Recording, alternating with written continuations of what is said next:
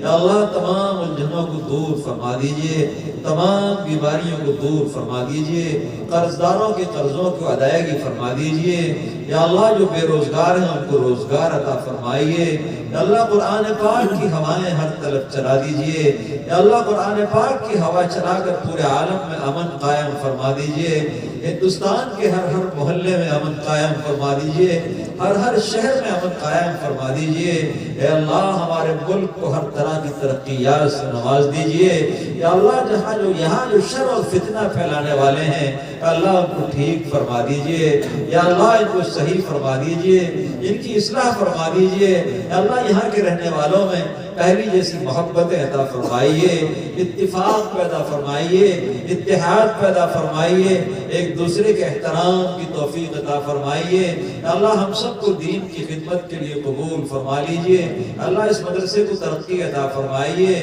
یا اللہ قاری صاحب کے والدین کو اور رشتہ داروں کو اور جتنے معاونین ہیں سب کو جزائے خیر عطا فرمائیے، اس بچے کے سینے میں قرآن محفوظ فرما دیجئے، پختہ یاد کرا دیجئے، رات دن پڑھنے کی توفیق عطا فرمائیے، اے اللہ اپنے کلام کی محبت ہمارے دلوں میں بٹھا دیجئے، رات دن تلاوت کی توفیق عطا فرمائیے، خاتمہ ہو تو موت کے وقت قرآن کو جاری فرمائیے، یا اللہ قبر میں قرآن کو مونس بنا دیجئے، یا اللہ میدان حشر میں قرآن کو ہماری تلاوت کرا کے گواہ بنا دیجئے، یا اللہ قرآن کی برکت سے جہنم حرام فرما دیجئے، اے اللہ ہم بہت گناہگار ہیں، بڑے افتقار ہیں، آپ کے دین سے ہم نے بغاوت کی ہے، اپنے رسول سے، یا اللہ آپ کی تعظیم میں بہت کوتاہیاں ہوئی ہیں، اے میرے مولا ہمیں معاف فرما دیجئے، اس قرآن کی برکت سے معاف فرما دیجئے، قرآن کو ہمارا دوست بنا دیجئے، یا اللہ اس سے دوستی رکھنے کی توفیق عطا فرمائیے،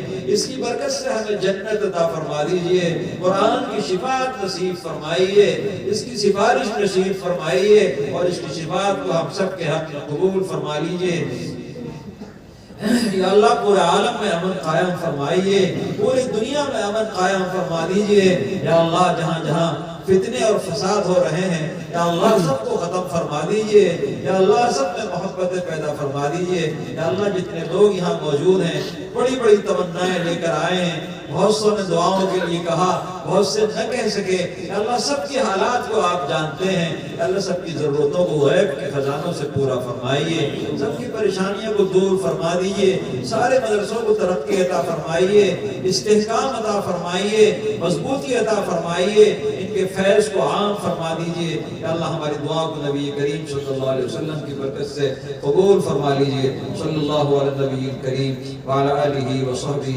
اجمعین برحمتک یا ارحم الراحمین.